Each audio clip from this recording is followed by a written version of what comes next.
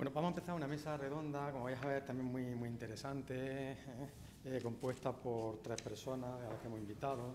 En este caso, Diego Gil, que es el subdirector de Andalucía Smart City, va a hacer de moderador de la mesa, porque se va a hablar de 2 casos de ciudades donde se están aplicando Smart Cities y que son de mediano tamaño, ¿no? Como son Vitoria y el caso Motril. Entonces tenemos como invitados a 2 ponentes, a 3 en realidad, Diego Gil como moderador, que son don Antonio Bueno Granadino, que es, voy a leer el currículum que tiene, es arquitecto técnico, funcionario de carrera del Ayuntamiento de Motril, ha desempeñado diversos puestos de responsabilidad como jefe de servicios centrales de mantenimiento, jefe de servicio de agricultura, parques y jardines. En la actualidad es jefe de análisis urbano, edificación y movilidad sostenible dentro del área de urbanismo, obras públicas y medio ambiente. Ha sido ponente en varios congresos, como en las jornadas técnicas de eficiencia energética e instalaciones municipales celebradas en ciudades como Granada, Sevilla, Cádiz, Jaén, Córdoba, Málaga, Castellón y Murcia. He cogido carrerilla porque si no termino de leerlo. También ha sido ponente en simposios nacionales de alumbrado y también en el Congreso Español de Mantenimiento y en el Congreso Europeo de Mantenimiento. Bueno, también aquí recortado, ¿no?, en el currículum. Tiene artículos publicados en revistas como Mapping, en revistas como Equipamiento y Servicios Municipales, entre otras. Y ha sido asesor de planes directores y auditorías energéticas de varios municipios, y aquí tengo que decir que también he tenido que recortar, como Pozuelo de Alarcón, Alcorcón, Salobre, Campillo, Soto del Real, Baeza o Santander. Y os aseguro que entre otros muchísimos más municipios. Por otro lado tenemos a don Íñigo Bilbao Villos, que es director de Ciudades Sostenibles en Finnova y coordinador de Vitoria-Gasteiz, European Green Capital, en 2012. Arquitecto por la Escuela Técnica Superior de Arquitectura de San Sebastián, máster en Gestión Pública por la Universidad de Navarra y especialista en Gestión de Proyectos Europeos por el Spanish Office for Science of Technology en Bruselas. Íñigo ha trabajado en el Ayuntamiento de Vitoria-Gasteiz durante 20 años en planeamiento urbano y diversos proyectos estratégicos. Ha sido miembro del patronato de la Fundación Tecnalia Research and Innovation. En la actualidad participa en diversos programas internacionales como en el proyecto Horizonte 2020 del Nobel Grid, entre otros proyectos europeos que ahora nos comentará. Y Diego Gil, que es nuestro moderador, es subdirector general del clúster Andalucía Smart City, es diplomado en Dirección de Empresas, el programa PIDE, por el Instituto Internacional de San Telmo, y posee los títulos de grado y máster de Administración de Empresas por la Universidad de Gales. Desde enero de 2015 es subdirector general del clúster Andalucía Smart City, con una trayectoria profesional anterior de casi 20 años, ocupando cargos directivos y de responsabilidad en empresas de diversos sectores como energías renovables, comercio, distribución y consultoría de recursos humanos. El formato es una mesa redonda, entonces casi directamente vamos a entrar. Le voy a dar la palabra a Diego y que ya modere la mesa como él quiera. ¿Vale? Gracias. Buenas tardes y muchas gracias, Luis, por la presentación y por todo lo anterior que llevamos ya de curso y todo el tiempo que venimos hablando. Bueno, tener esta... Muchas gracias, pero ahora no te doy las gracias. Ahora te voy a criticar por poner esta ponencia después de la de Enrique. Mira que había, ¿eh? Es un reto siempre hablar después de que alguien lo haya hecho también como Enrique, y sobre todo a mí particularmente cuando alguien no da datos, no se limita a dar datos, sino lo que va más a la sociología, a la filosofía o al comportamiento de las personas, después los que venimos detrás nos dejan en muy mala posición, ¿no? También el viernes lo comprobaremos con Salvador Rueda, en la ponencia de Salvador, que también tiene un trabajo detrás de conocimiento grandioso. A mí me gustaría, como moderador, como humilde moderador de esta mesa, que más allá de nuestras intervenciones también participéis, ¿no? Y yo, si me dejáis de dirección, pues cuando alguien quiera algo que nos corte e intervenga. Volviendo un poco o centrándonos ya en la parte de nuestra temática, cuando sugerimos esta ponencia, esta mesa, es necesario ser una gran urbe para acometer política de ciudad inteligente. La idea fue un poco, bueno, estamos en Almería. Almería sabemos que están dando pasos decididos, yo particularmente creo que bien caminados para posicionarse como ciudad inteligente. La Universidad de Almería también tiene una actitud decisiva en esta línea. Y bueno, yo decía, oye, es que bien, cuando sacamos ejemplos de grandes ciudades, Barcelona, Málaga, Madrid, oye, Almería estamos con 200.000 habitantes, un poquito menos, podemos serlo.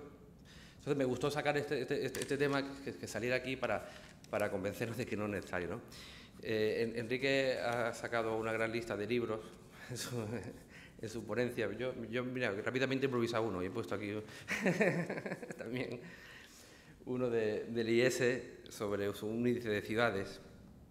Las mejores, esto debería pasar, si no va tan lento.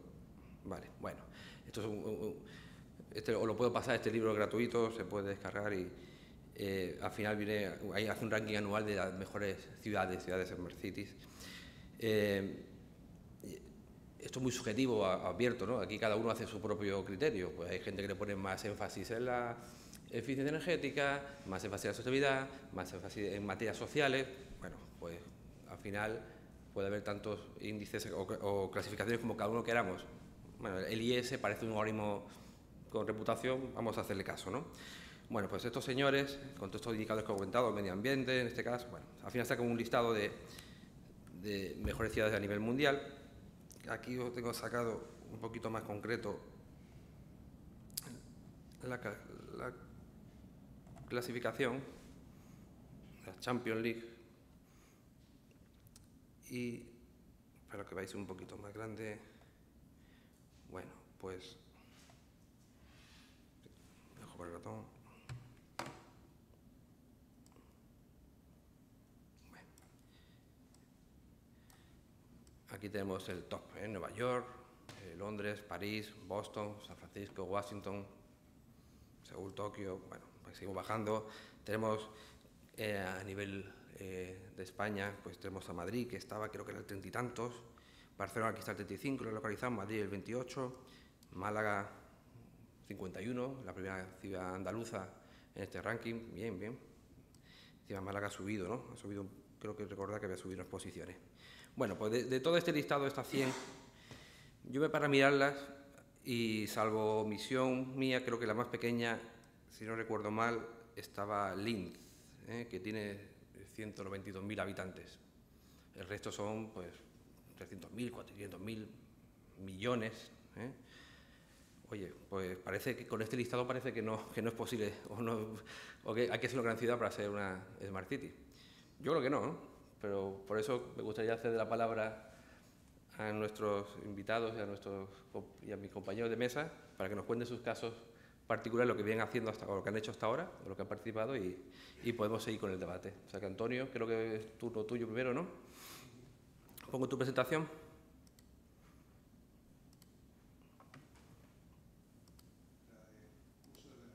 ¿Cuál de las dos? ¿Esto de aquí?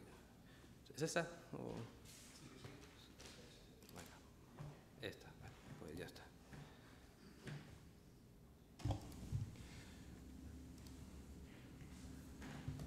Bueno, pues yo quisiera de nada dar las gracias a la Universidad de Almería por esta invitación que nos han hecho.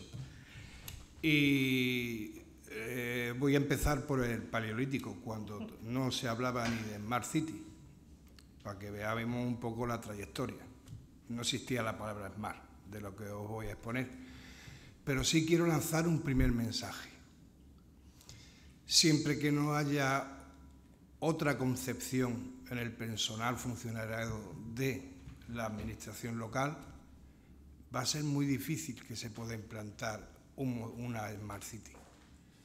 Tiene que haber un esfuerzo importante dentro del personal funcionariado y una capacidad de reacción para poder llegar a buen término cualquier proyecto. Allá por el año, estoy hablando de etapa 1995-2001, por eso estoy hablando de antes de la SMART, ¿no? Del Paleolítico, pues se me encargó que remodelar los servicios de mantenimiento de la ciudad. Entonces tuvimos que pasar de un modelo gremial, donde los albañiles iban por un lado, los fontaneros por otro, y cada uno iba con su encargado, hacia un modelo funcional como el que están viendo ustedes en la parte izquierda.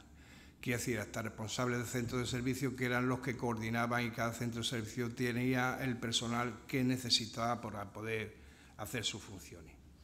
¿Esto qué es lo que nos permitió? Instalar un sistema de gestión de mantenimiento. Pues saber el principal indicador que teníamos, saber y conocer los tiempos de respuesta que teníamos ante cualquier incidencia que se nos comunicaba. Una vez que podíamos conocer y estábamos preparados para eso, fue, y evidentemente, como puede aquí, de la imputación de costes, quiere decir lo que conocíamos, el importe de las reparaciones que hacíamos, fue lo que nos permitió, y no existía nada más que lo que existía, pues dotarlo de las TIC, tenerlo en una página web, lo que se viene ahora promocionando por muchas ciudades. Esto ya estaba hecho en el año 2002, en Motril, que lo hice yo, y donde se podía meter, por lo que llamamos línea 900, cualquier incidencia de la vía pública que solicitaba un ciudadano o en edificios públicos, y poder hacerle un seguimiento a las actuaciones. De tal forma que cualquier información que llegaba a través de la página web la tenía directamente, estaba enlazado con el sistema de gestión de mantenimiento, lo tenía en pantalla el responsable del centro de servicio, que le asignaba una fecha y una hora aproximada de comienzo de la reparación y una fecha y hora aproximada de terminación de la reparación. A partir de aquí, lo que sí nos permitió es llevar todo esto a un sistema de información geográfica, lo cual le permitía, que esta mañana lo ha hablado algún concejal, no sé si el de Almería o el de Málaga, sí dar información al político responsable, porque cuando llegaba se nos daba el caso, como jefe de mantenimiento, que lo primero que te pedía el político es que voy al barrio tal, que es lo que hemos hecho allí en los últimos 4 meses. Porque casi siempre las asociaciones de vecinos pues decían que allí nunca se había hecho nada. Entonces, como se aburrían de leer tantísimos folios, imprimirles en folio era aburridísimo, pues nos pasamos a darle la información del tipo geográfico. Con lo cual, siempre tenía a su disposición este tipo de información. En el 2003 empezamos con Motril Siglo XXI, cuando no era ni Agencia Andaluza de Energía, era SODEAN, y empezamos con el plan de optimización energética como paso previo. Fue allí en Motril donde diseñamos un software y desechamos el que tenía SODEAN porque nos permitía hacerlo vía web. Este proyecto piloto fue el que después se extendió para hacer los 770 municipios que se han hecho los planes de optimización energética en Andalucía. Aquí le enseño esto como simple anécdota, y es que entre las elecciones de 2003 y diciembre del 2004 hay un cambio político y se abandona el proyecto, se paraliza y se abandona. Yo me incorporo otra vez en noviembre del 2004 y se inicia la redacción del proyecto de inversiones. Y en julio de 2007 se termina. Estas grandes cifras suponían un ahorro energético de 2.303 megavatios, con un ahorro económico de 194.000 euros y un retorno de 2,8 años, con cerca de 3.000 toneladas de CO2 al año. Constaba de una serie de fases y una serie de componentes en las que no me quiero detener, y con una identificación geoposicionada de cuál era la luminaria ineficiente, la existente, etcétera, etcétera. Una de las cosas que nos dimos cuenta es que teníamos 146 referencias, con lo cual era imposible llevar el mantenimiento. Lo que sí quiero hacer es un poquillo de hincapié en una cosa. Le estoy hablando de algo que se realizó cuando no existía todavía normativa, ni reglamento de eficiencia energética, ni absolutamente nada. Sí se determinaron las actividades principales de la ciudad para acomodar los niveles de iluminación a las actividades que había en la ciudad y se propuso una serie de niveles. Llevaba 4 ejes de proyecto: de optimización de tarifas, instalación de lámparas y equipos eficientes, de centro de mandos domóticos y de luminaria, y la instalación de luminaria eficiente y no contaminante.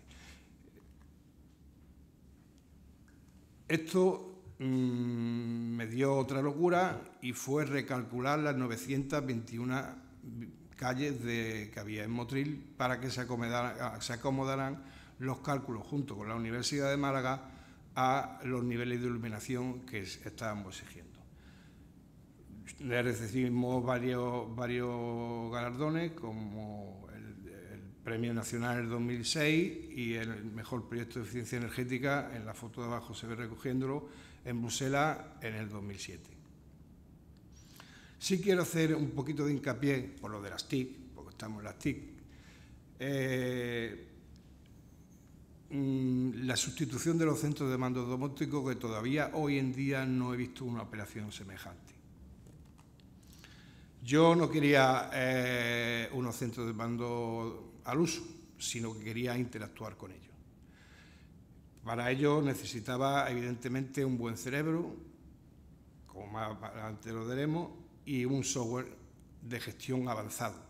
Entonces, este concurso se lo llevó Telven, de integración, para no casarme con ningún fabricante, que era uno de mis mayores temores. Entonces, lo que se cogieron fueron las mejores piezas del mercado e integrarlas, y fácilmente intercambiables, por otras que cumplieran con unos estándares. Y se utilizó el software del autómata, que era el Teleastro, que aquí, como verán, pone Motrilastro, porque es el portal donde se podía gestionar la instalación.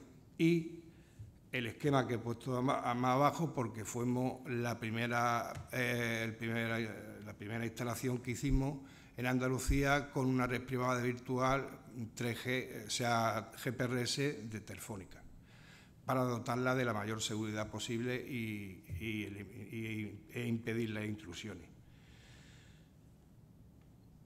Ya en el 2017, se me ha ido un número, he querido meter esto porque para mí es muy importante, a raíz de que me han metido casi de lado en el Plan Municipal de la Vivienda y Suelo, había una cosa que me preocupaba, y es que después de estar los 6 meses que estuve en terapia, identificar a las personas mayores que viven solas,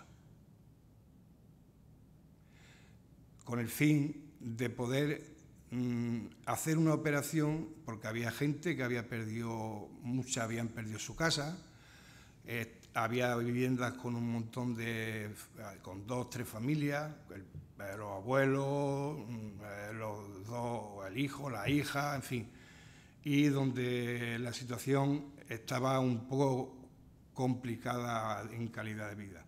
Entonces se me ocurrió una idea, que está todavía en los inicios, que era poder compartir y darle ayuda a las personas mayores de 65 años que vivieran solas.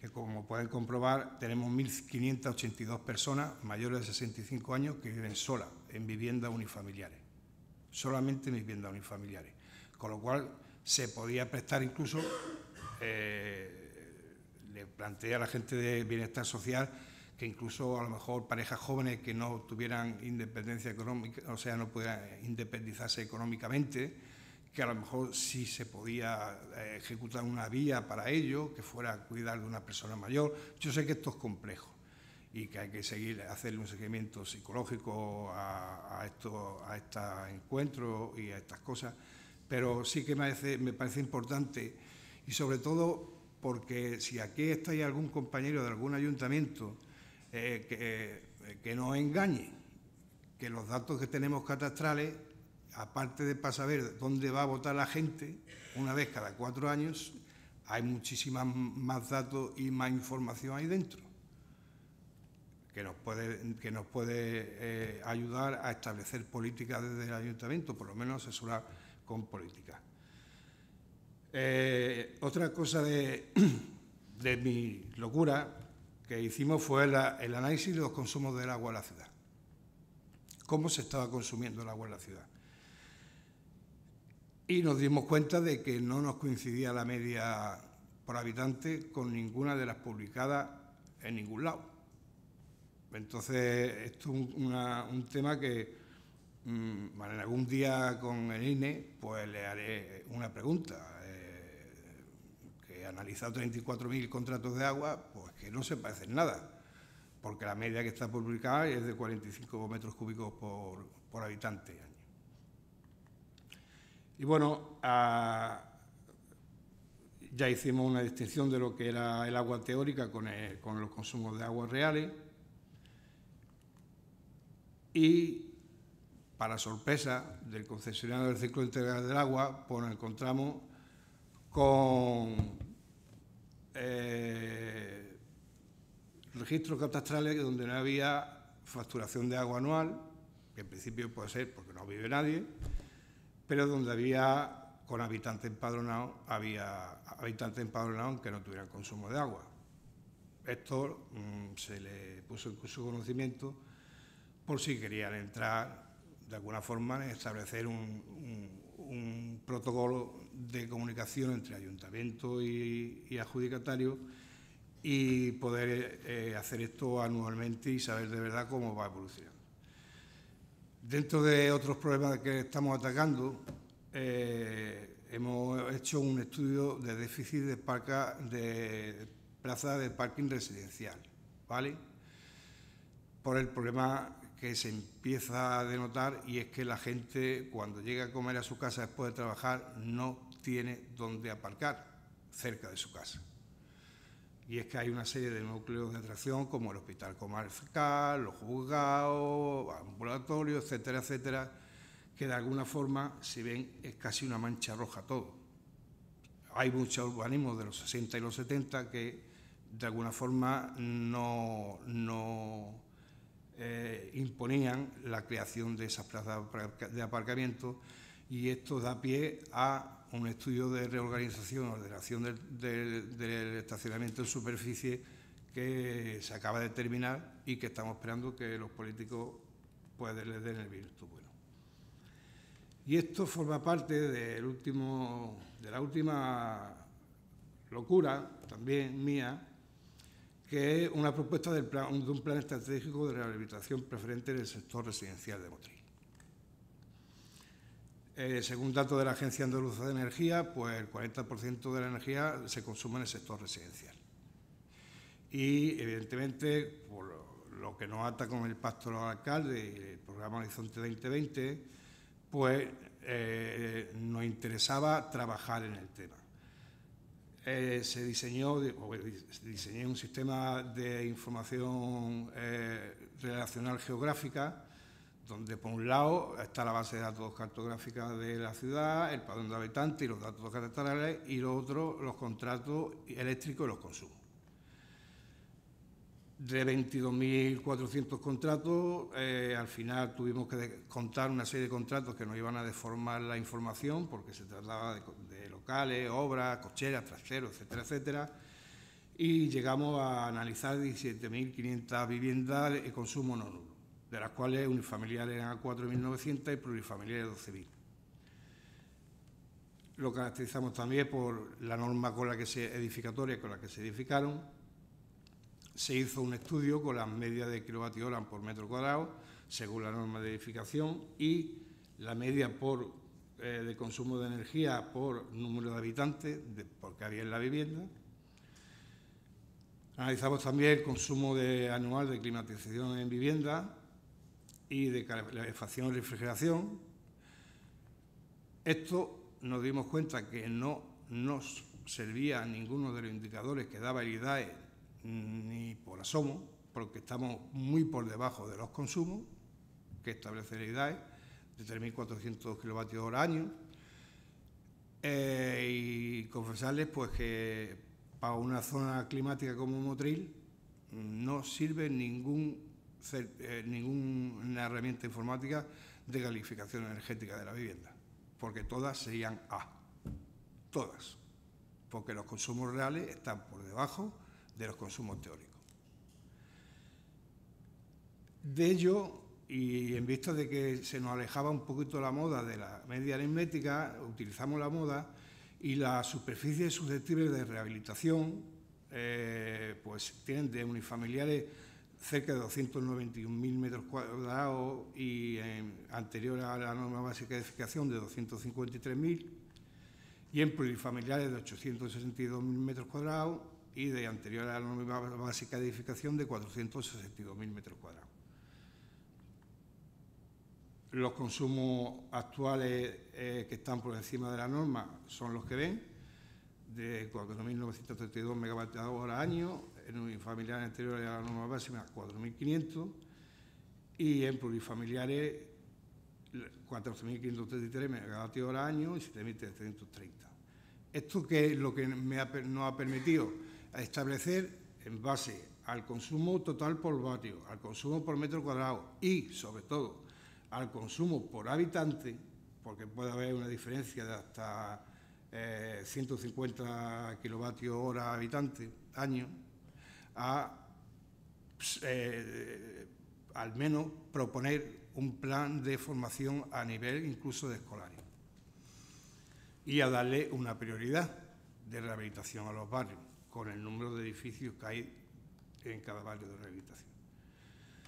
Esto también se hizo con las plurifamiliares, que evidentemente, como pueden observar, no tiene nada que ver el orden de prioridad, y nos dio unas conclusiones, que se podía actuar sobre las 2.504 viviendas unifamiliares, sobre una superficie de 380.000 metros cuadrados, consiguiendo un ahorro de 3.314 megavatios hora año y evitando una emisión de 1.726 toneladas de CO2, y en las plurifamiliares serían 9.978 con 926.000 metros cuadrados de ahorro anual y 6.003 megavatios hora año, evitando la emisión de 3.127 toneladas de CO2.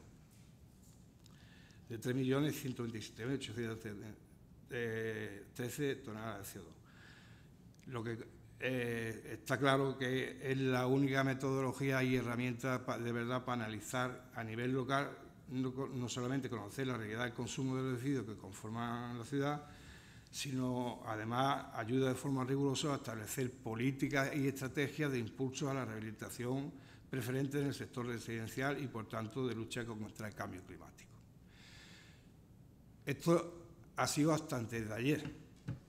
Ahora, lo que sí no hemos hecho una auditoría interna con una herramienta facilitada por Redes.es del estado de implantación de la Smart City en Motril, y sacamos seguramente la semana que viene o la otra a concurso público una auditoría externa para que valide esa auditoría interna y nos redacte el plan director de innovación Motril Smart City. ¿Por qué? Porque al realizar la auditoría interna me he dado cuenta que las cosas no son tal y conforme te las trasladan tus compañeros, que hay algunos que dicen que lo tienen todo muy bien, pero cuando empiezas a escarbar un poquillo, pues te das cuenta que no está nada de bien. Entonces, evidentemente, es mejor que venga alguien de fuera, ¿no?, y que te diga de verdad cuál es la realidad que tiene, cuáles son los errores que hemos cometido al comprar cosas que no se pueden entender con el resto. Por ejemplo, tenemos dos sistemas de riego que no se entienden entre ellos, y antes de adquirir un tercer sistema de riego, pues evidentemente habrá que pensar en algo que se pueda, por lo menos, comunicar con lo que ya tenemos, entre otras cosas, ¿no? Y pues bien.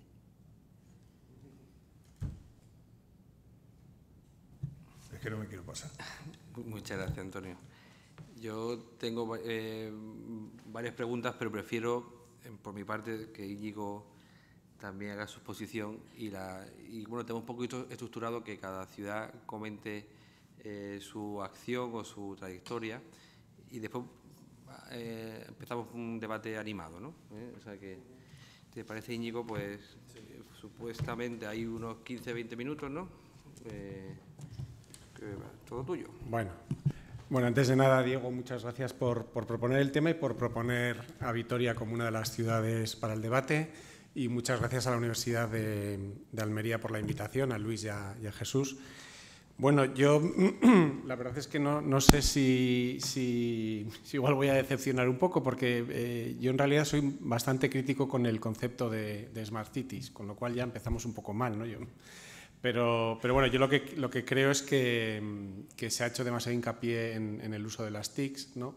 Y a mí me parece que lo que tienen que ser inteligentes primero son las estrategias y luego que las TICs estén al servicio de esas estrategias o esos proyectos, ¿no? Y es lo que voy a tratar de explicar un poco con algunos ejemplos, ¿eh? No es la visión de todo Vitoria y toda su estrategia, sino algunos ejemplos. Y desde luego, respondiendo a la pregunta, no solo no es necesario ser una gran urbe para implementar políticas de ciudad inteligente, sino que incluso ser una ciudad media como Vitoria, como Motril o como Almería puede ser una ventaja en determinados casos y bueno, voy a tratar de explicarlo.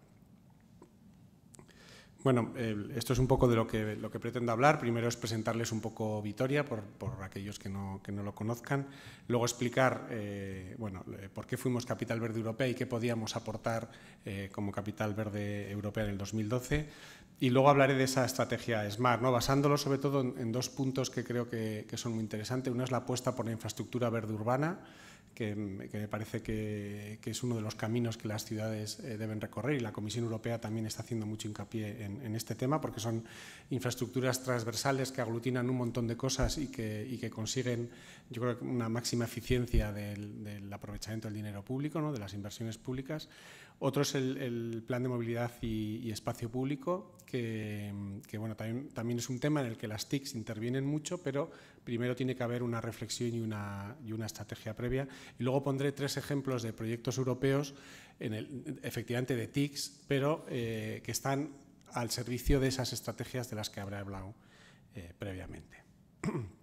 Bueno, Vitoria es una ciudad media, tiene 50.000 habitantes más aproximadamente que Almería, y lo que es importante es señalar que tiene el privilegio de tener una zona rural amplia, circundándola, y que además de la propia ciudad hay 63 pequeñas entidades locales que mantienen un poco esa conexión entre el campo y la ciudad y el mantenimiento de actividades ligadas al campo. Bueno, este es el término municipal, es el más grande del País Vasco, y esto es una ventaja y es muy importante porque me parece que cada vez más las ciudades van a tener que buscar en su entorno satisfacer todas sus necesidades de agua, energía, comida, etcétera, ¿no? Y esto es algo en el que creo que las estrategias deben enfocarse, y las TICs y las Smart Cities también en eso. Por lo tanto, en este caso, ser una ciudad media sin un entorno, sin una aglomeración urbana, una metrópoli alrededor, puede ser una ventaja porque tienes todo ese espacio natural de suelo o forestal o agrícola de calidad, etcétera, ¿no? que puede estar muy bien, ¿no? Aquí se pueden ver un poco en el verde más oscuro, son suelos forestales, algunos protegidos, suelos de alta calidad, con una riqueza, una biodiversidad y una biocapacidad muy grandes. Los suelos amarillos son los suelos agrícolas más llanos, y luego lo que es en color naranja es lo que es la ciudad, el desarrollo urbano intenso real, ¿no? Bueno, como hemos dicho, 1/3 de la superficie municipal es forestal, 1/3 más o menos es también rural. Hay 4 espacios Natura 2000. La ventaja de Vitoria es que está en el encuentro del clima mediterráneo y el clima atlántico. Eso da una riqueza enorme a los tipos de hábitat, de pequeños biotopos que hay en el término municipal, y mantiene esa red de caminos y de senderos tradicionales que permiten también, pues, que las especies se muevan y que también los ciudadanos puedan disfrutarlas, ¿no?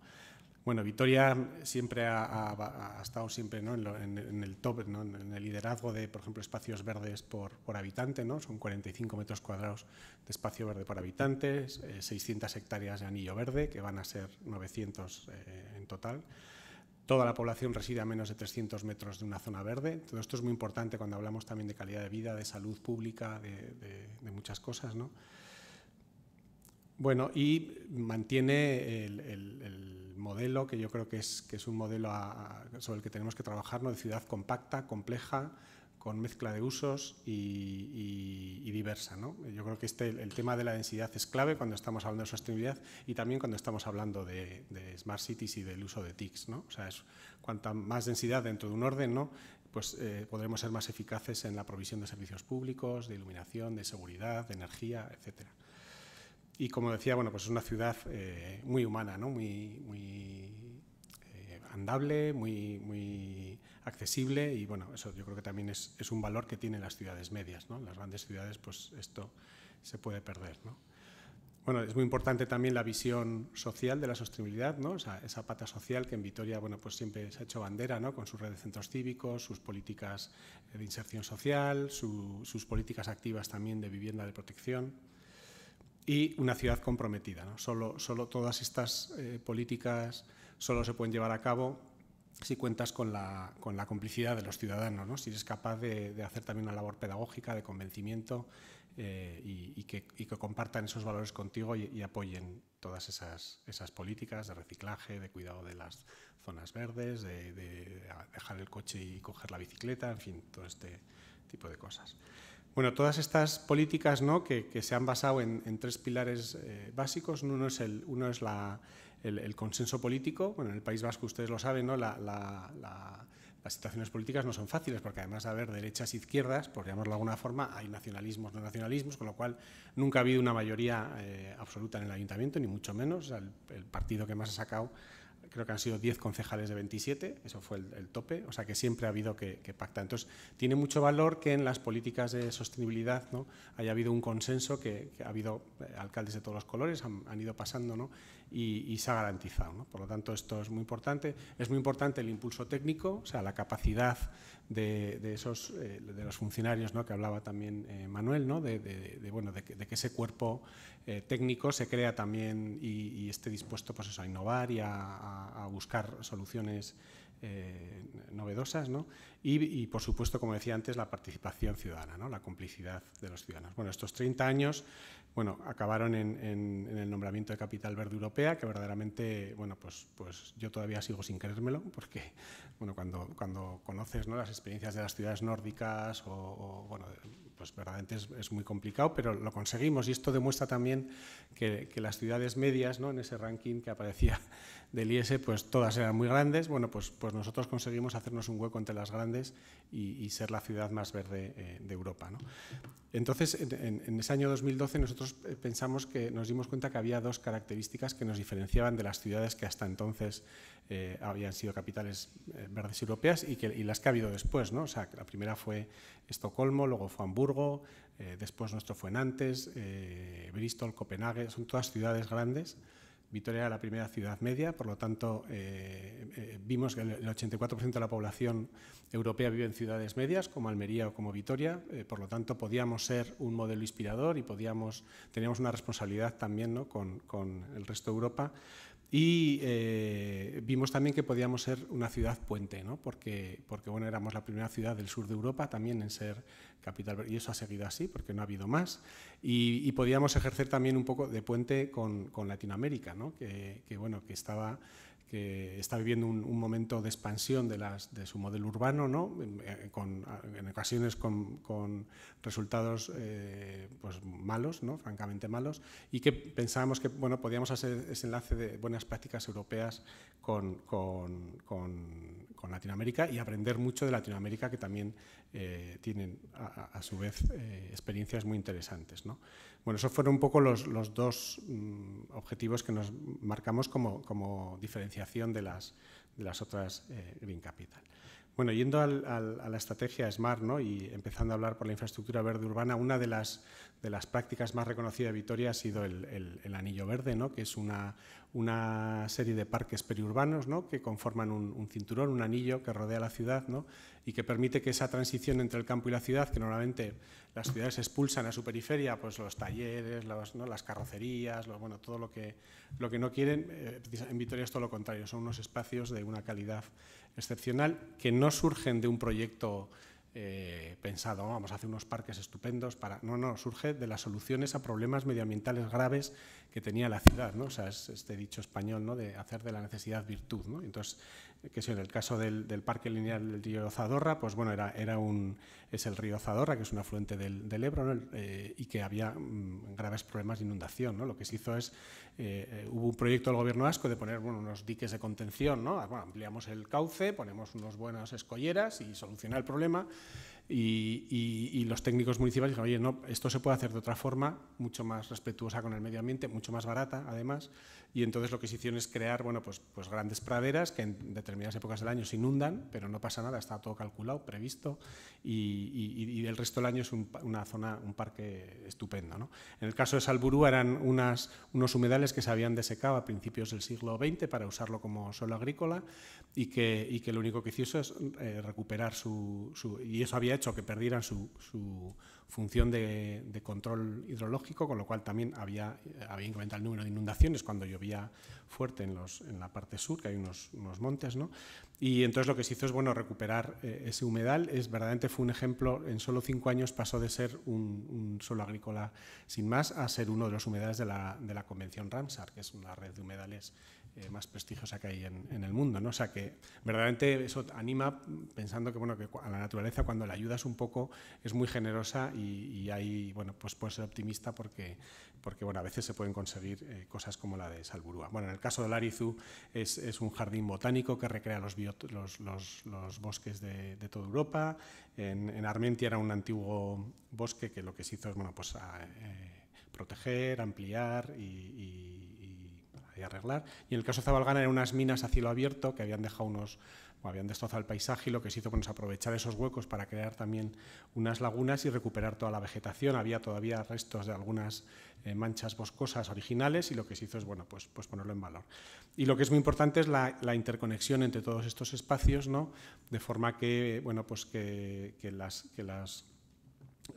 fauna y la flora pueda transcurrir por esos conectores biológicos y también permitan que a los ciudadanos puedan disfrutarla, ¿no? Hay un recorrido que recorre todo el anillo, que tiene 35 kilómetros y que, bueno, puedes hacerlo en bici o puedes pasear y bueno, tiene millones de usos al cabo del año. O sea que es... Bueno, esta idea, ¿no?, de infraestructura verde urbana grande, lo que se está trabajando ahora es para llevar esos beneficios medioambientales, ¿no?, sociales y económicos que tiene este tipo de infraestructura, ¿no?, llevarlo al centro de la ciudad, ¿no?, y hacer lo que llamamos el anillo verde interior, es decir, conseguir que estas intervenciones en la ciudad, ¿no?, consigan, bueno, pues, cumplir todas estas funciones, ¿no?, de adaptación al cambio climático, que creo que es algo urgente, de mitigación, de incremento de la biodiversidad, de mejora ambiental y de salud y calidad de vida, ¿no? Bueno, yo creo que esto es inteligente verdaderamente. Entonces, bueno, yo creo que por ahí tienen que ir los tiros, pero todas esas nuevas funciones requieren también nuevos diseños y nuevas tecnologías, efectivamente, ¿no? Entonces, bueno, la edificación no puede ser la misma, ¿no? Tiene que ser una edificación más basada, pues eso, en aspectos bioclimáticos, en temas de eficiencia energética, de aislamientos, etcétera. En la gestión del agua lo mismo, los parques lo mismo. No podemos tener especies que requieran, pues, mucho agua, tenemos que usar especies naturales, aprovechar agua de lluvia, en fin, drenar los suelos. El espacio público también tiene que ser diferente, ¿no? Tiene que ser también tener más calidad, ser más seguro, ser más amigable, y lo mismo la movilidad, ¿no? Tiene que gestionarse de otra manera, dando prioridad, pues, a la movilidad no motorizada, ¿no?, y fomentando el transporte público. Bueno, la primera experiencia del anillo verde interior, la primera fase fue la rehabilitación de un tramo en la avenida Gasteiz, que es como bueno, un eje emblemático de la ciudad, ¿no?, en la que, bueno, pues este proceso de transformación lo que pretendía era ganar más espacio público, reducir el consumo de agua por un lado, y por otro lado el recuperar un río que se había embocinado cuando la urbanización llegó allí, ¿no? Pues lo que se hacía entonces, bueno, pues el río que molesta lo metemos dentro de un tubo y seguimos urbanizando, ¿no? Lo que hemos hecho es ahora volver a sacar el río a la superficie, ¿no?, y crear un parque lineal en torno a ese río con la vegetación que en su momento pues había, ¿no? Y, bueno, ampliando los espacios públicos, carriles de bicicleta, reduciendo el espacio para el vehículo privado, etcétera, ¿no? Bueno, esto en línea con con el plan de movilidad que hablaré a continuación.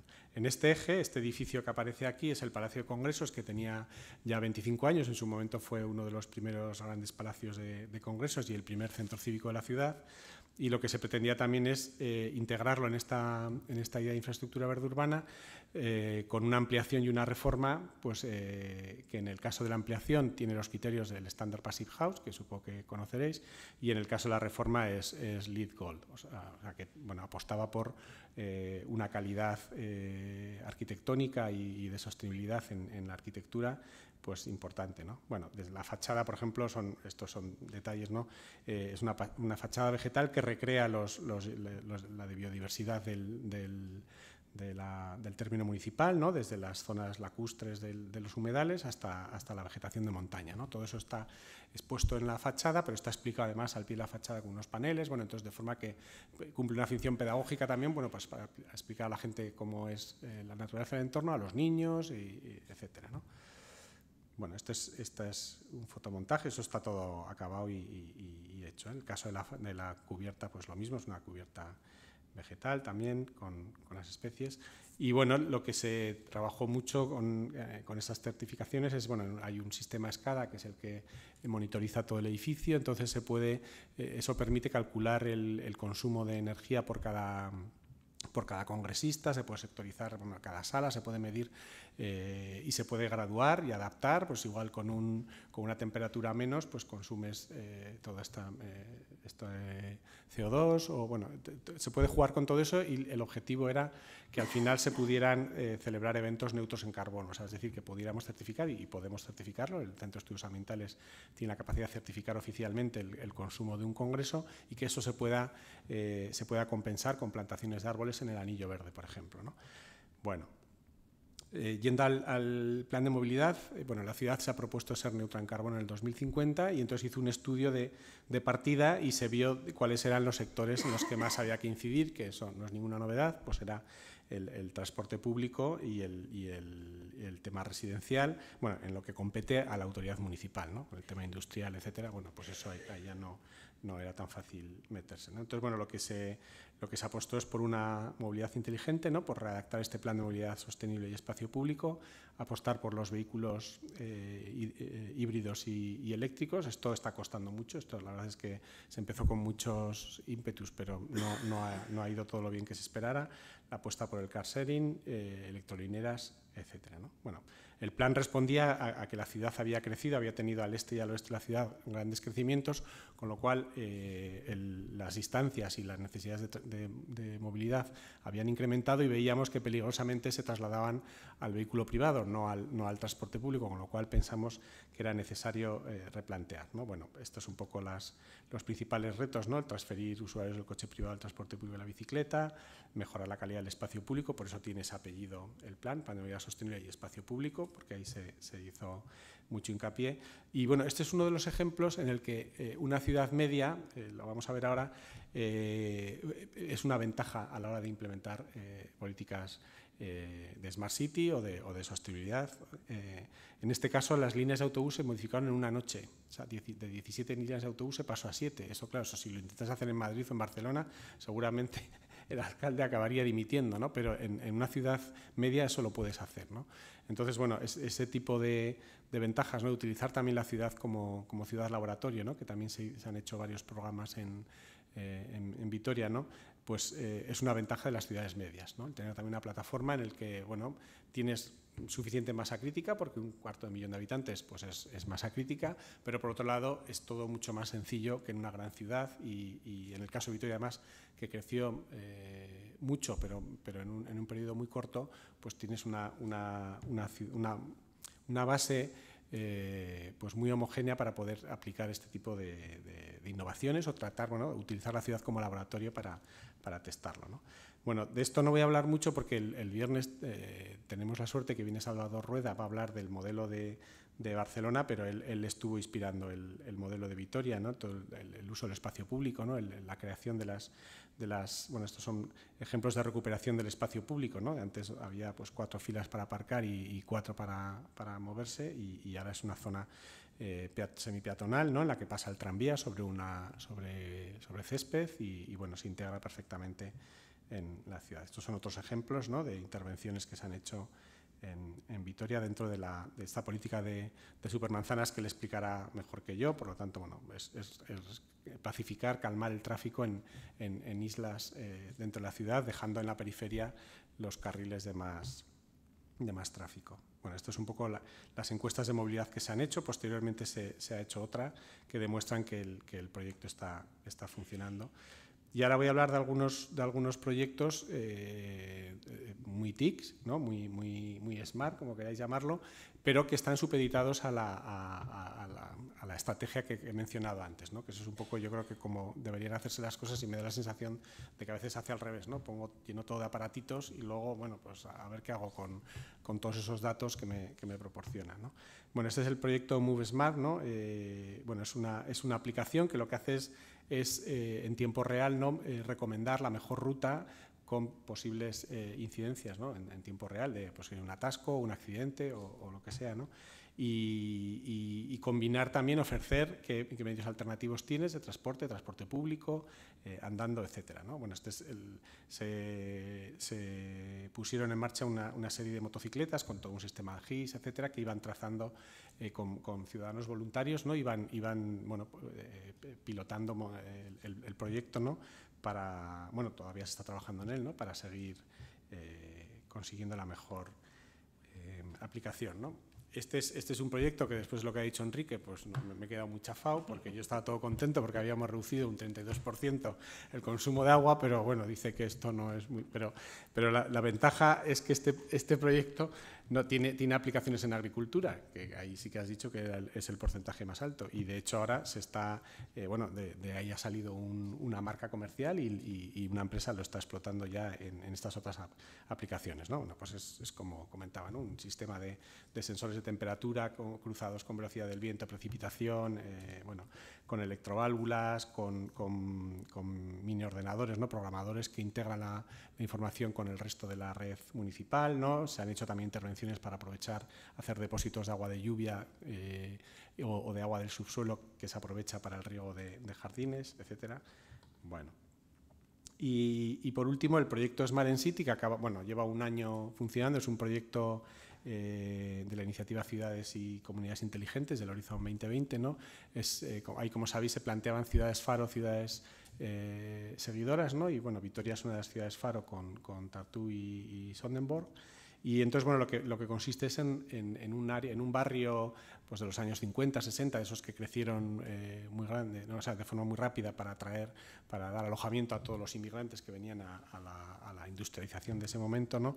Bueno, pues son viviendas que no tienen ascensor, no tienen calefacción, no tienen garaje, bueno, en fin, con población envejecida, ahora con mucha población inmigrante también, ¿no? Entonces, bueno, es una zona pues que necesitaba una intervención. Entonces, bueno, a través de este programa de la Comisión Europea, ¿no?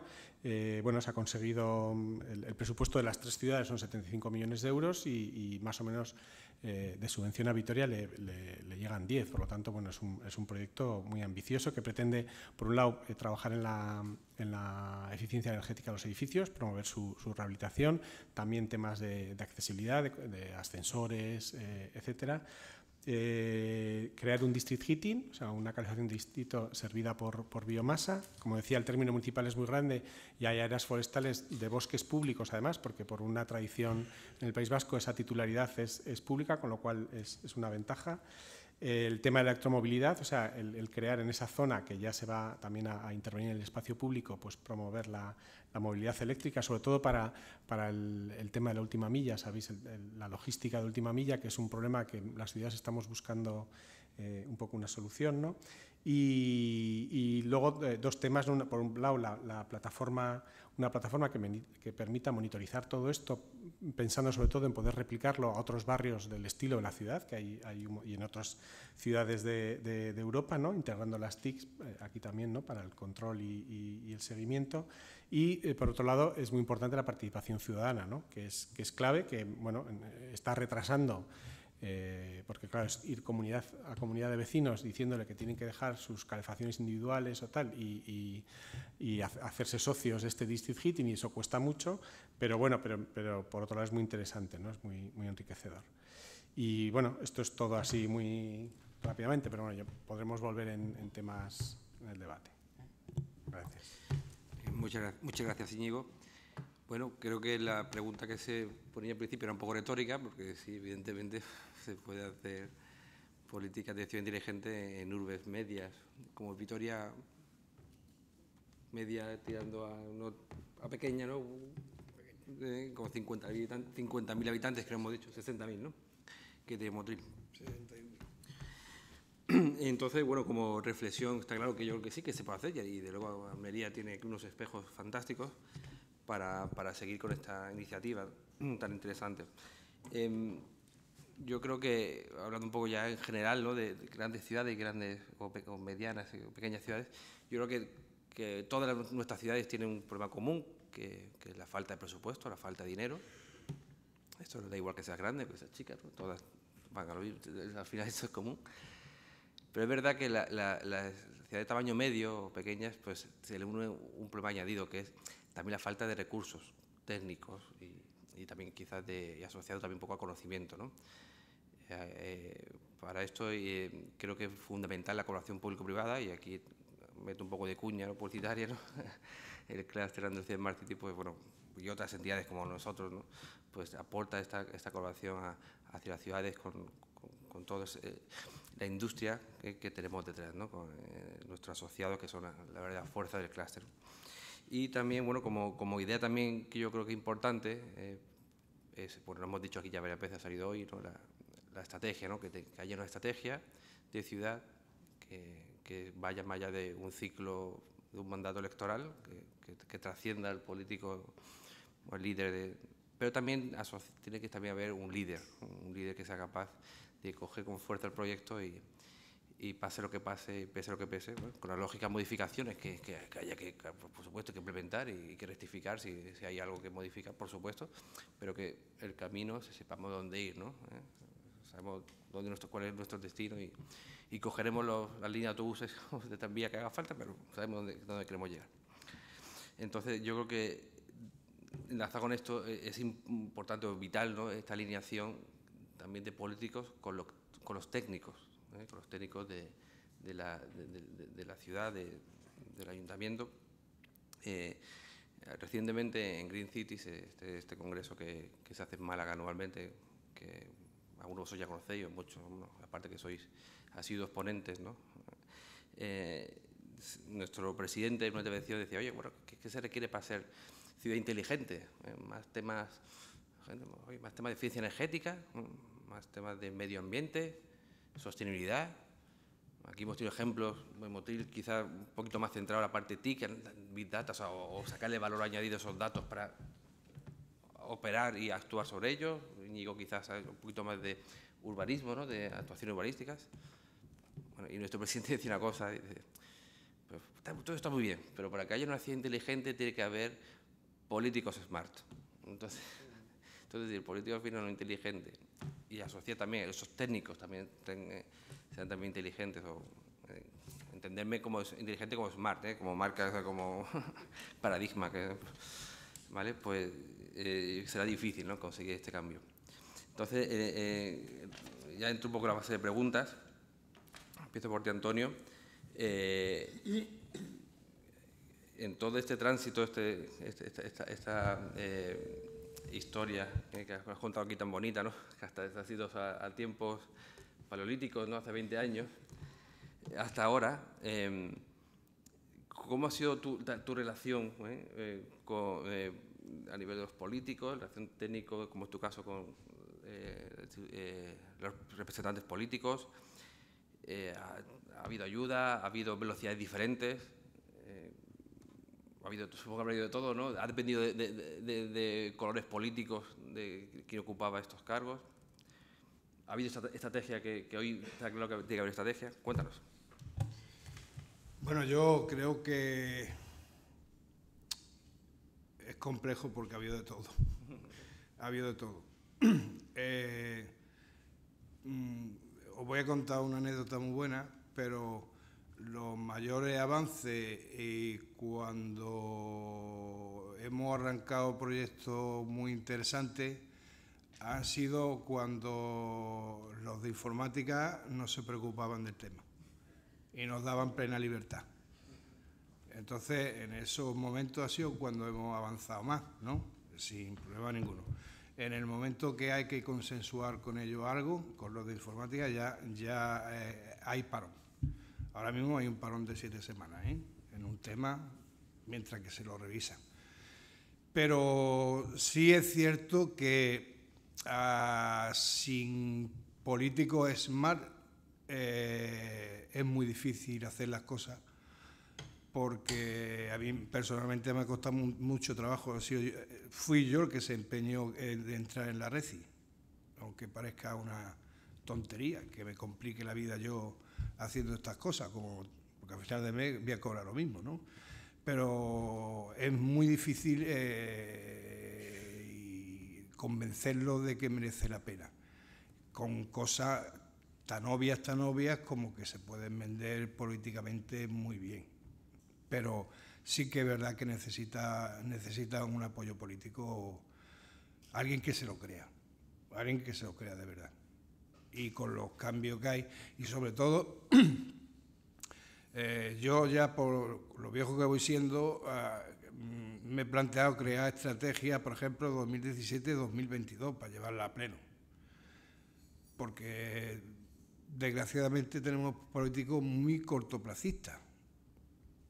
Piensan a 4 años vista y a lo que le queda de legislatura. Es decir, que mejor los casos 4 años, normalmente son menos de 4 años.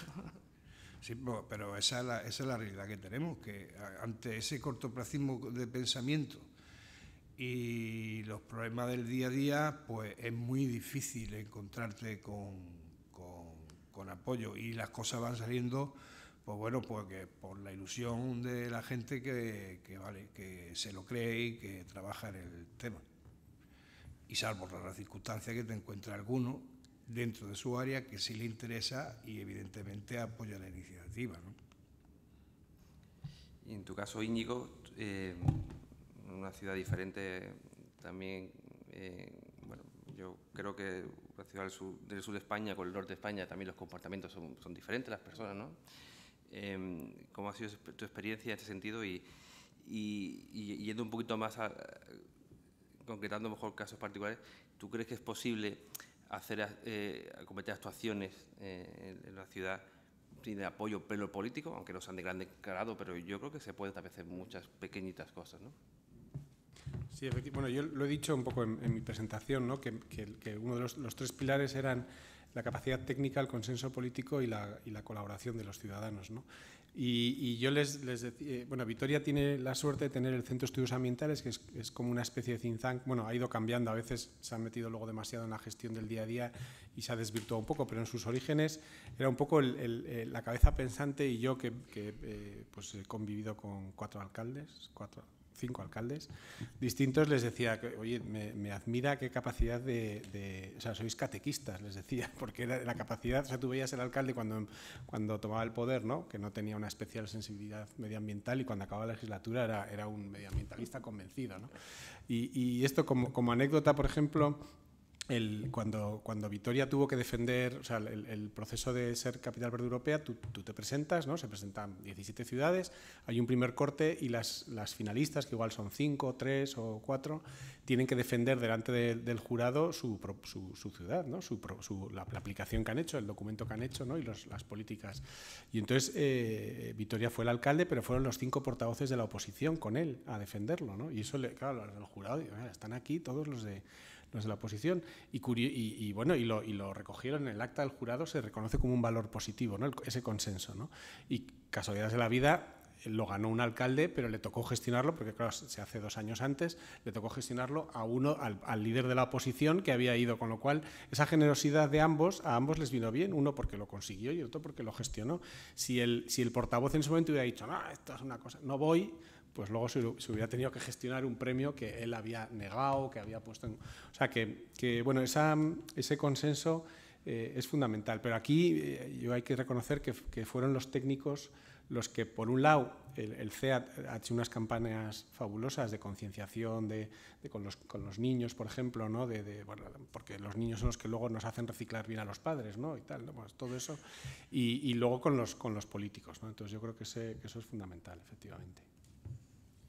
Muy bien. Y tenía que anotar otra pregunta, Antonio, que ya la has adelantado un poquito, pero en el caso de la RECI, que bueno, yo casi todos aquí sabéis lo que es la RECI, ¿no? La Red Española de Ciudad Inteligente, es un modelo de trabajo conjunto de ciudades que incluso se ha exportado. Hemos dicho antes también, oye, que España tiene una posición de liderazgo internacional, ¿no? Cómo actúa, ¿no? La RECI es un caso de éxito. Portugal, por ejemplo, se ha seguido también este ejemplo. Entonces, bueno, Motril es parte de la RECI desde hace ya bastante tiempo. ¿Cómo fue la decisión de entrar? Ya has avanzado un poco que fue tuya, porque aquí tenemos un ejemplo de, oye, un técnico involucrado que tira hacia adelante. Oye, lo ideal es que vaya ir todos juntos, políticos y técnicos, no haya un paso, una diferencia en esa velocidad. Pero bueno, ¿cómo fue esa decisión y también cómo lo recibió el resto de ciudades? Porque si no tengo mal entendido, no sé ahora mismo, pero en su día erais la ciudad más pequeña con diferencia que estaba en la RECI, ¿no? Bueno, sí, somos un poco un caso paradigmático en ese sentido. No, bueno, la iniciativa fue mía y evidentemente cuando lo trasladé al mi teniente alcalde responsable de urbanismo y medio ambiente, pues me mostró todo su apoyo. Le pareció buena la idea y bueno, lo único que nos exigió RECI es que presentáramos dos proyectos. Presentábamos dos proyectos en los que estuviéramos trabajando y que de alguna forma fuera innovador en ese sentido. Uno de ellos lo acabo de enseñar aquí, que es el estudio de gasto energético en el sector residencial. Y el otro es en el que estoy trabajando ahora, que es montar todos los indicadores de movilidad sostenible de forma dinámica en un sistema de información geográfica y utilizando las nuevas tecnologías, que es lo que estoy liado ahora. Entonces, pues bueno, tuvimos la suerte de que alguna ciudad más nos apoyó. Yo creo que también por que me conocieran a mí personalmente y en algún momento pues le había ayudado a algunas de esas ciudades en temas fundamentalmente de alumbrado público, como he dicho al principio, y eso fue lo que nos permitió que nos aceptasen como miembros de la RECI. Bueno, yo creo que estas preguntas poco en mi cabeza tiene un sentido, que es demostrar que al final que con la implicación de las personas sale adelante, cambia la ciudad, cada uno en su nivel y cada uno en su escala, ¿no? Yo, por lo menos en mi experiencia, en estos 2 años y medio que llevo el clúster de Smart City, tanto a nivel muy local, regional, internacional, de todo tipo de personas, sitios recónditos, al final yo lo que he aprendido es que todo es cuestión de personas. No, ya puedes tener un cargo más, menos, o institución detrás, pero al final es cuestión de personas y de compromiso. Que cada uno de nosotros, si actuamos en lo que creemos y estamos convencidos, oye, pues al final las cosas salen adelante, ¿no? Eso por lo menos lo que yo me estoy llevando en esta experiencia, ¿no? En todo ese tiempo. Íñigo, otra pregunta también que además la tengo un poquito ya preparada previamente, pero bueno, es un debate muy interesante. A ver aquí cómo salimos de esta. Venga, las grandes compañías como aliadas, por un lado, o con mejor independencia y libertad municipal. A ver si chocamos en esto. Sí, bueno, pues verdaderamente es una cuestión. Yo tuve la experiencia cuando nos nombraron Capital Verde Europea, éramos una ciudad también muy apetecible para las grandes compañías y por ahí desfilaron pues unas cuantas, ¿no? Ofreciéndonos, pues eso, ser su plataforma de referencia. Y yo, por más que intenté, teníamos claro que la plataforma municipal era muy buena y que no queríamos perder el control, que no queríamos atarnos a a una compañía en un ámbito además todavía muy incipiente, que puede pasar, pues como lo que comentabas tú del vídeo beta, ¿no? Que de repente igual apuestas por una y te quedas con el vídeo beta, ¿no? y te tienes que aguantar, ¿no? Entonces, bueno, luego además porque estamos convencidos del liderazgo de lo público, yo por lo menos y mi alcalde también.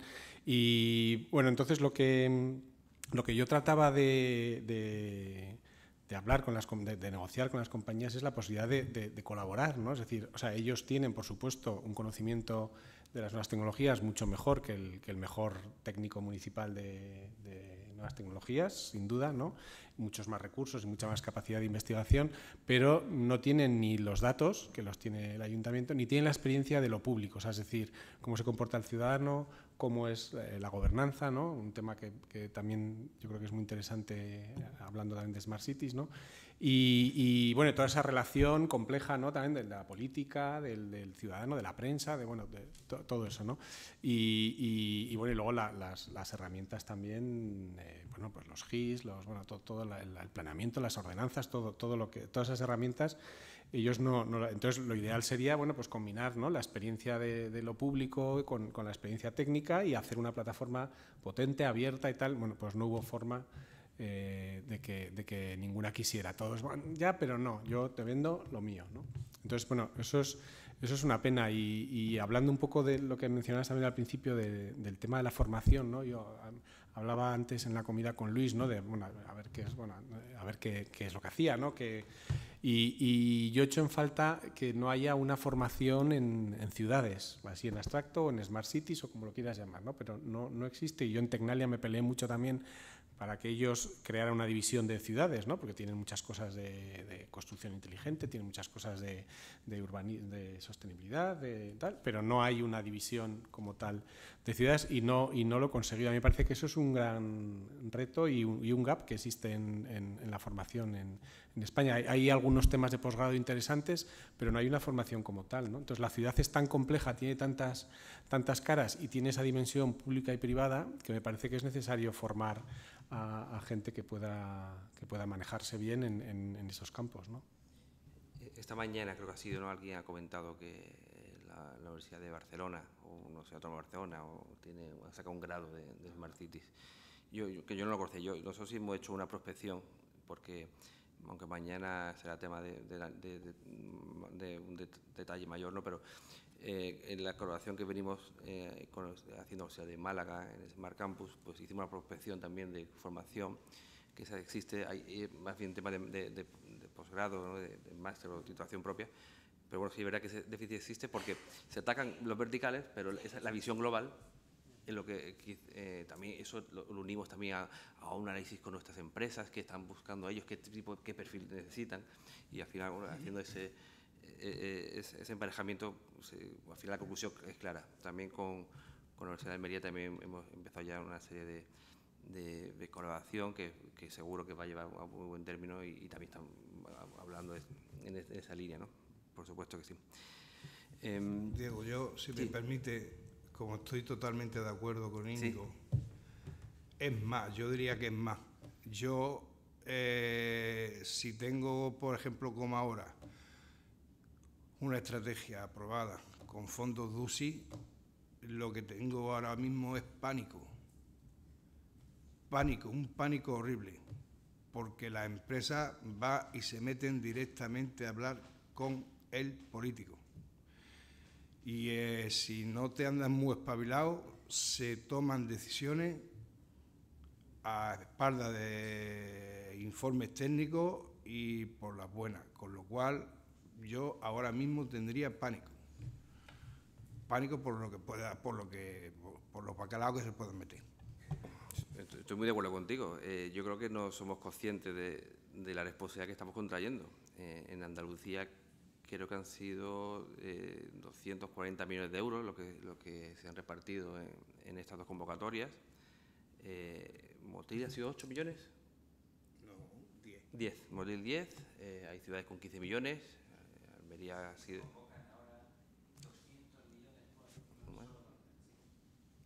O sea que ¿cuándo nos vamos a ver en otro igual? O sea, que tengamos este dinero disponible para cambiar nuestras ciudades, yo creo que... Pero es una gran responsabilidad y yo creo que está faltando conciencia en ese sentido, ¿no? A la hora de después de desarrollar los proyectos, desarrollarlos acorde a lo que tú has dicho que vas a hacer y después no olvidemos que hay que auditar y certificar esto y como no se haga bien, hay que devolver el dinero. Y tú dile a una ciudad a la que devuelva 5 millones de euros, o sea, hay ciudades de 30.000, 40.000 o 50.000 habitantes con 5 millones de euros. Dile que tú que devuelvas esto con la cambia.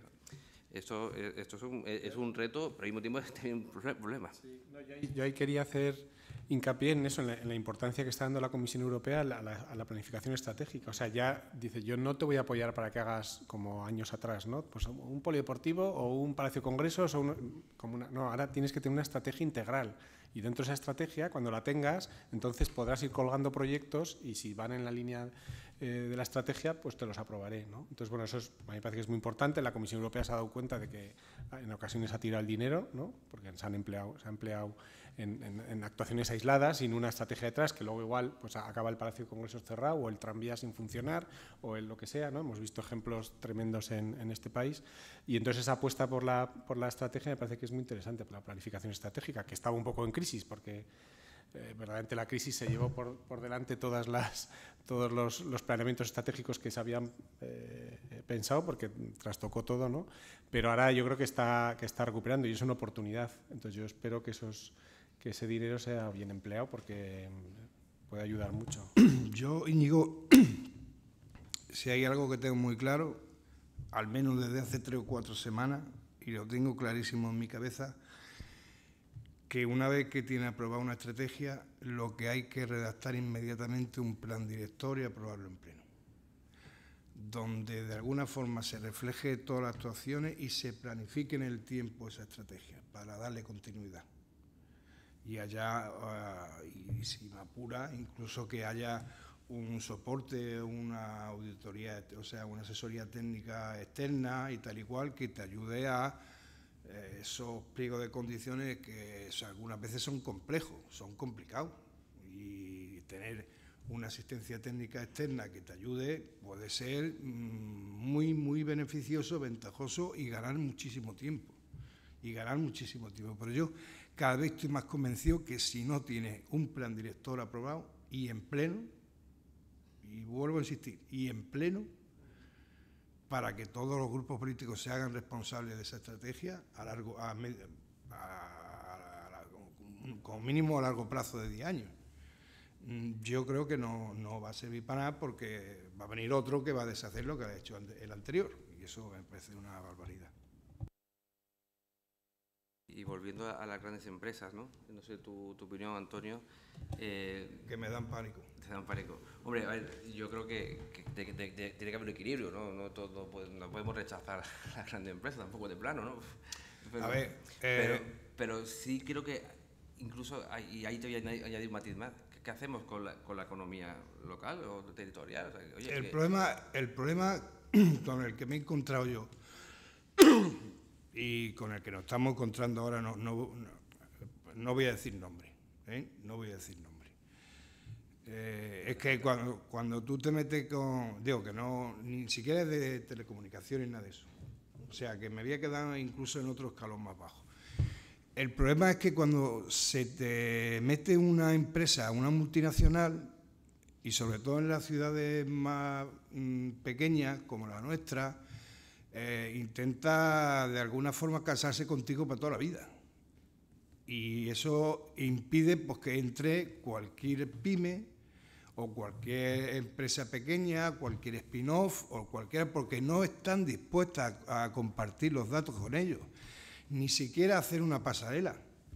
No están dispuestos a programar una pasarela para traspasar los datos o dar un servicio web. Y si lo dan a precio de oro que se te vuelve casi inviable. Ese es el miedo y el pánico que le tengo yo a la empresa, a no ser que deje muy claro desde el primer momento unas condiciones de colaboración. Por eso yo creo más en la figura del socio tecnológico dentro de la colaboración público-privada que no sé si habrá alguien trabajando en este tema.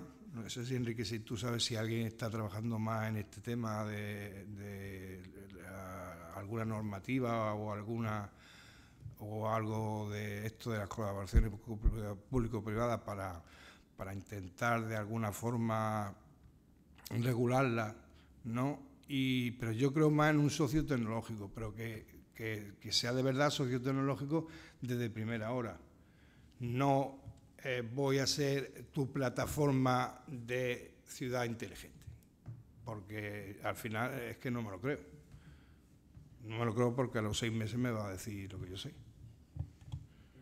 Yo creo que en ese sentido el trabajo que está haciendo Enrique, que estáis haciendo de normalización, eso va a permitir que esas reglas de juego por lo menos estén más abiertas, sean más homogéneas. Bueno, exacto, todo el mundo, pero bueno, tú coordinas, ¿no? Pero te quiero decir que ese trabajo, que cuando yo tenía esas conversaciones todavía no existía, ¿no? Pues es muy necesario, porque ese sí que puede abrir juego a pymes también y sobre todo establecer unas reglas que tienen que cumplir todos, ¿no? Entonces, bueno, ahí ya, bueno, por lo menos se pueden mover más en un nivel más de igualdad o por lo menos de igualdad entre las grandes, no sé. Bueno, en ese sentido yo creo que es positivo. Y yo creo que otro campo que es interesante en ese sentido son por ejemplo, las Urban Innovative Action, ¿no? Las acciones urbanas innovadoras que permiten, bajo el liderazgo municipal, ¿no? Contar con esos socios tecnológicos y hacer aplicaciones prácticas, además, muy interesantes en las ciudades, o otros programas del Horizon 2020, del SCC, o otro tipo de programas que también permiten eso, que con un liderazgo público puedan participar perfectamente empresas privadas y bueno, hacer esos proyectos encima con financiación europea, ¿no? Yo creo que ese campo es interesante. Y ahí entran pymes también, ahí pueden entrar pymes. Bueno, yo en nuestro caso, por ejemplo, pues tenemos una gran empresa dentro del clúster, tenemos varias, pero hay una en concreto que aparte mañana viene a hablar, que es Informática Corte Inglés, viene Pedro Antón, pero Yecisa pues nos ha dicho, oye, quiero tener contactos con empresas vuestras, andaluzas, excelentes. Claro, esto no es cuestión de mantener a alguien que no sea bueno, pero porque queremos en nuestra desarrollo, nuestra implementación dentro de Andalucía y sobre todo con las DUSI, pues oye, también ir integrando empresas locales, ¿no? Bueno, esto es un modelo ideal, ¿no? Ojalá todo el mundo pensara igual, ¿no? Pero no podemos olvidar también que tenemos que la ciudad inteligente también va de desarrollar innovación en el territorio y de generar economía y generar riqueza y empleo local. O sea, que esto no es cuestión únicamente de que una gran empresa vea con todo su poderío, ponga ahí, ¡boh! Claro, porque conocemos modelos que ha habido en ayuntamientos de, mira, a cambio de que tú me des tal cosa, no te cobro en otro lado. Y eso, la pequeña empresa, la pyme no puede hacer eso. Te dejo gratis bueno, voy a decir cosas para no dar pistas, pero estos acuerdos, que esos convenios que los ayuntamientos, claro, oye, yo quiero reducir costes y los firmo, pero también hay una responsabilidad detrás, que estamos dejando fuera de esta competición a pequeñas empresas. Y me acabo de acordar, cuidadito que vienen apostando muy fuerte los operadores locales de red, que vienen apostando muy, muy, muy fuerte.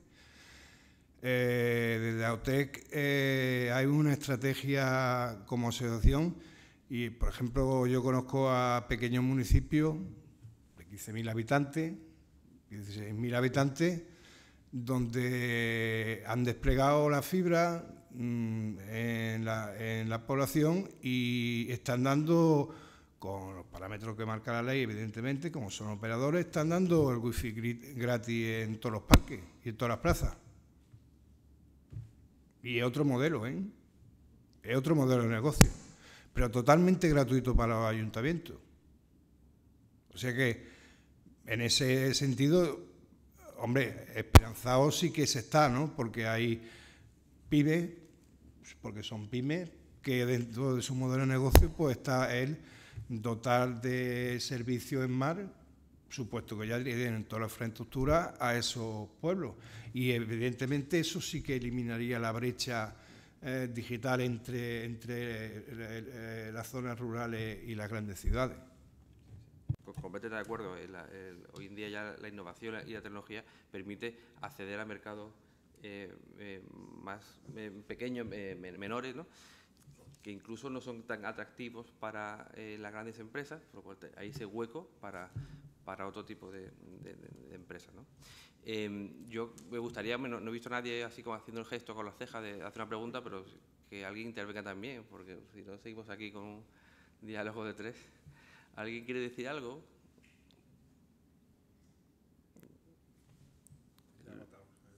Nadie quiere preguntar. Luis, pregunta tú. Bueno, yo sigo preguntando aquí a mis compañeros. No te preocupes. No, mira, son las 8:25. Yo creo que esto terminaba a las 8:30. Entonces yo...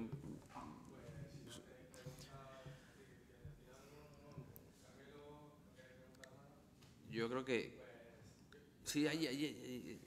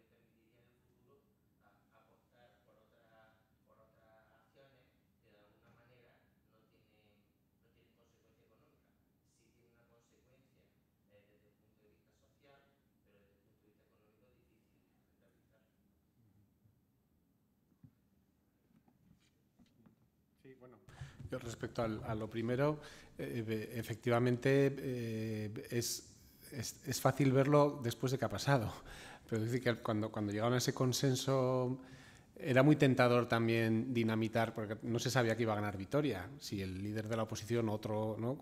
hubiera echado piedras contra su propio tejado, ¿no? Y hubiera dicho que eso tal, ¿no? Y luego se hubiera tenido que comer.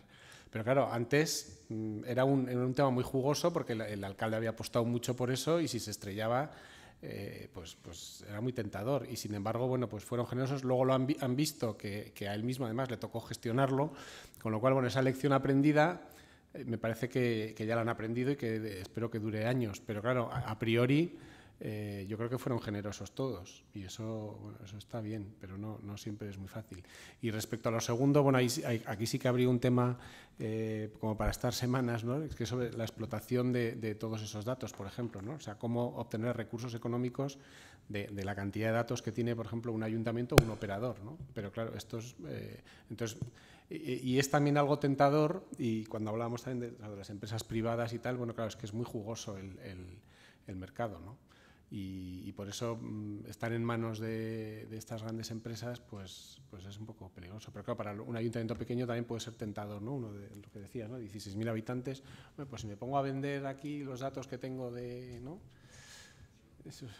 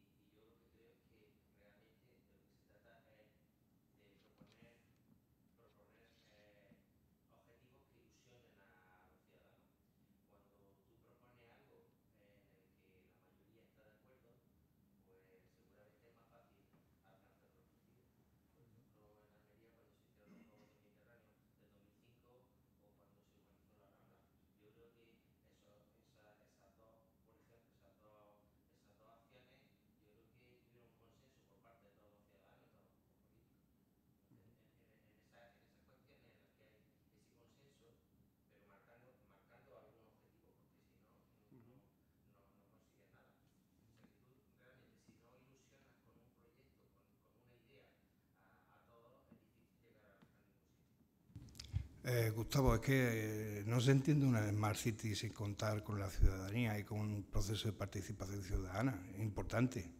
O sea, no se entiende una ciudad inteligente sin ciudadanos. Sería ilógico. Y lo importante es abrir ese proceso de participación ciudadana de forma importante e intensa, tanto a todos los colectivos sociales como a empresas, como agentes sociales y a la población en general. Y hay que, evidentemente, como tú dices, hay que ilusionar a la gente. Pero aparte esa de ilusionar a la gente, depende más del político que de los que podamos estar detrás dando información, dando apoyo, dando datos, dando esto y dando lo otro. Claro, ilusionar a la gente depende del político. A ver, esto da para mucho, pero no voy a intentar acortar. Pero el término Smart City, yo estoy de acuerdo que es una marca, es una moda, una cosa que lo decimos así mucho, pero no solo los primeros, que lo tenemos de marca, lo tenemos registrado en Andalucía Smart City. Pero bueno, a nosotros nos gusta más decir pues, ciudades mejores, ¿no? O sea, ciudades más confortables, que hacer la vida mejor para el ciudadano, más cómodas para el ciudadano. Entonces, no es tanto como ilusionar, que al final si tu ciudad, los políticos, los dirigentes, acometen una iniciativa que te hace mejor tu vida, tu día a día, pues claro que te ilusiona. Al final está tocando esto, ¿no? O sea, está tocando algo que a ti te mejora tu calidad de vida. Y sin entrar en otras mayores cuestiones, ¿no? Y también, para nosotros también vemos volviendo entrando en ciudades más pequeñitas, ¿no? Acometer iniciativas de ciudad inteligente, al final te está posicionando como ciudad en el conjunto de ciudades, en este mercado de ciudades. O sea, no tenemos que olvidar que, esto se lo escuché decir un alcalde de Sevilla, y creo que no era suya la frase, pero bueno, a mí me gustó mucho, que hoy las ciudades tienen que competir. Tienen que, al mismo tiempo que tienen que cooperar entre ellas, pero también, oye, compitiendo porque la de al lado, mejor mañana me quita una empresa que venga y se va a la de al lado porque mi ciudad no es mejor. O los ciudadanos se van a otro sitio a vivir y a pagar impuestos a otro lado, ¿no? O sea, que también es una oportunidad para generar esta riqueza y posicionarse como lugar preferente de atracción de inversiones o de ingresos también, ¿no? Y también quiero dejar otra idea, ¿no? Que muchas veces también pensamos que se puede trasladar lo que se ha hecho una ciudad en otra, ¿no? No hay dos ciudades iguales, tampoco no es exactamente igual, no se puede coger una línea recta y todo igual, ¿no? Hemos tenido aquí ejemplos claros de Motril y de Vitoria, y no, claro, oye, Vitoria ha hecho una serie de actuaciones en función de su naturaleza, en función de sus circunstancias, exactamente, de su ubicación física y demás. Y Motril también puede haber hecho otra cosa, habiendo tenido en cuenta pues los medios que tenían y pues los 11 diseminados que tienen también, y bueno, apoyarse más en TIC. O sea que no hay un discurso único, esto es general para todos. Y ya por último, también en cuanto a la alternancia política, no estoy de acuerdo, y te voy a decir por qué. A ver, la alternancia política es lo normal, es lo obligatorio, deseable, ¿no? Si no, esto sería otra cosa, ¿no? Pero en Málaga, por ejemplo, llevan 22 años gobernando el mismo partido político y de los últimos 17 el mismo alcalde. Entonces, eso ha sido un valor, eso ha sido un activo. ¿Pero por qué? Pero yo también creo que el alcalde que tiene Málaga pues tiene una estrategia clara y no piensa si va a ser el siguiente. O sea, oye, utiliza todo esto. No olvidemos que el primer deber del político, así como boca callada, es ganar elecciones. Ellos quieren ganar la siguiente elección, su deber personal propio, no interno, no parte hacia afuera. Pero yo creo que ha sido una cosa positiva que haya podido seguir su estrategia. Es claro, cuando la ha hecho bien, ¿no? No, sí, estoy de acuerdo.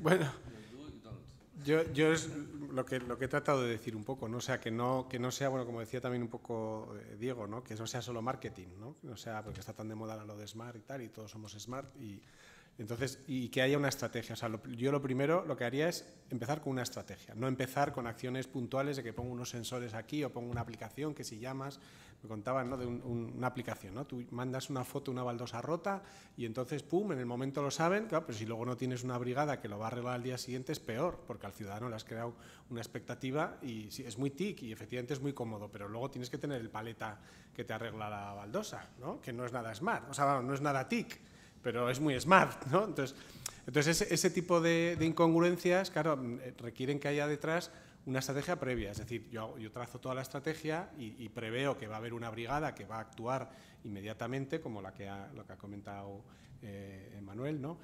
Antonio, perdón, y entonces sí, si no es mucho peor, porque has creado una expectativa que luego no vas a cumplir. Entonces yo creo que la SEDUSI, por ejemplo, es una buena oportunidad, porque exige eso, pararse, contar con la gente, porque las SEDUSIs tienen obligatoriamente que tener un cauce de participación ciudadana y entonces plantear todo y luego ir viendo qué TIC o qué modelo puede ser interesante para el agua, para la energía o dónde quieres hacer hincapié también, ¿no? ¿Qué retos son los que tiene Almería? ¿Es la gestión del agua? ¿Es la energía? ¿Es el turismo?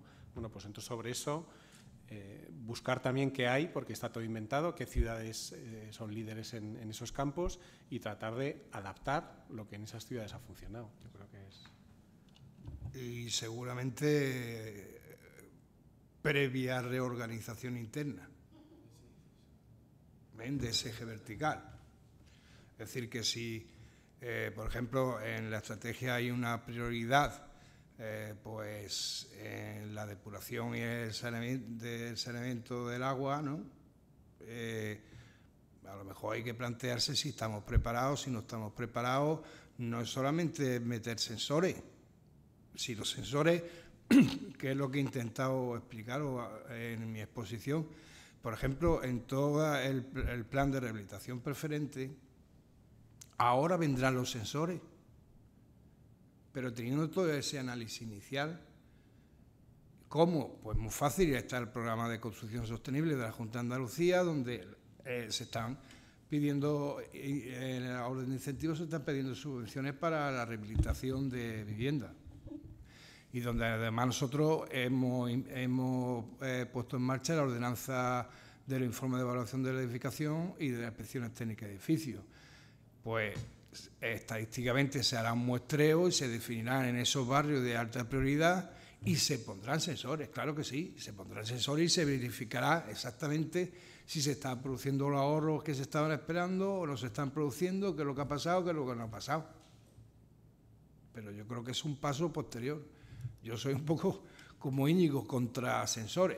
Primero vamos a hacer un análisis, que ya vendrá la época y el momento de poner sensores y evidentemente de analizar los datos que nos den los sensores.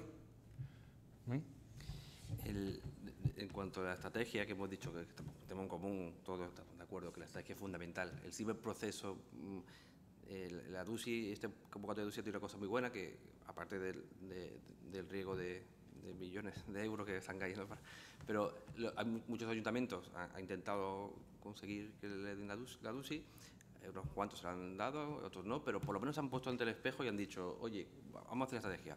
Y vale también que hay muchas consultoras que te hacen copia y pega, ¿vale? Muy bien, también, de acuerdo.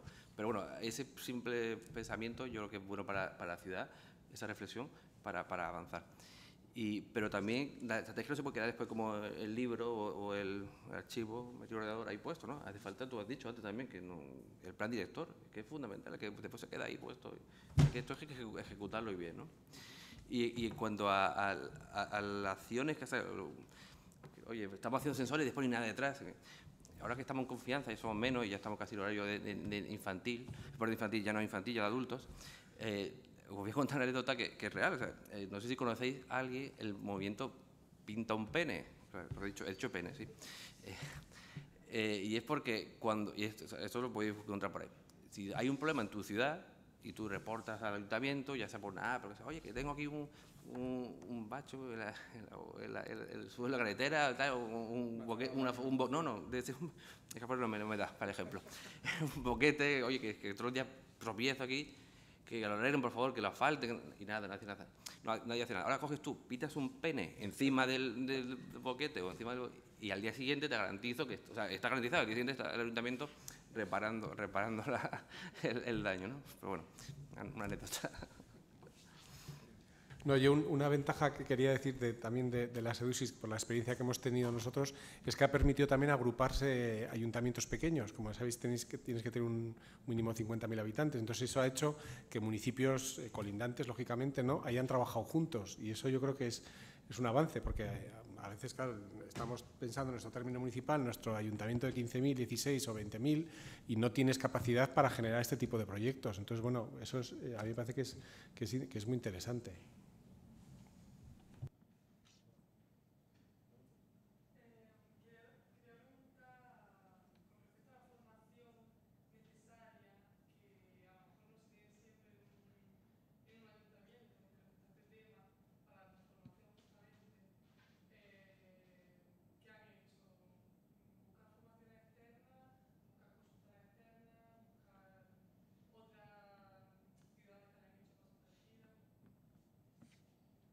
Sí, en nuestro caso, aunque la base técnica es bastante buena, ya se contaba antes con asistencias técnicas, lo que pasa que sí que eran de empresas del entorno que conocían muy bien la ciudad, que vienen trabajando ya hace tiempo, con lo cual, bueno, estaba un poco garantizado. Pero, y bueno, y ahí comparto también un poco con lo que decía Antonio, ¿no?, que cuesta mucho convencer al Departamento de Nuevas Tecnologías, en nuestro caso, ¿no?, que son los dueños del negocio, ¿no?, pues interferir o tratar de proponer, o sea, eso cuesta mucho. Entonces, sí que es verdad que hace falta un proceso interno con un liderazgo político y convencimiento técnico también, ¿no?, para, bueno, pues tratar también a veces de cambiar algunas mentalidades que son muy cerradas, ¿no? Pero en el caso de Vitoria ha habido muchas asistencias técnicas pequeñas o medias con empresas locales del entorno, vamos. Yo sigo pensando que mejor que cuente cualquier ayuntamiento que cuente mejor con una consultoría, una asistencia técnica, que puede ser la misma que desarrolle el plan director de innovación, la que de alguna forma se haga responsable de darle una formación básica a los responsables de cada objetivo y de cada línea estratégica de cada objetivo. De todas formas, digo, sobre todo, no ni siquiera por él, sino por la gente que está en el ayuntamiento que depende de él. Porque los cambios, desgraciadamente en los ayuntamientos los cambios suelen ser muy difíciles porque la gente lo hace muy traumático, aunque sean beneficiosos incluso para ellos, porque le van a quitar carga de trabajo, pero cualquier pensamiento, cualquier planteamiento de cambio ya supone un hándicap en un ayuntamiento. Y no hay nada mejor que venga alguien de fuera y lo explique, mejor que uno de dentro. Seguro, ¿eh? Seguro.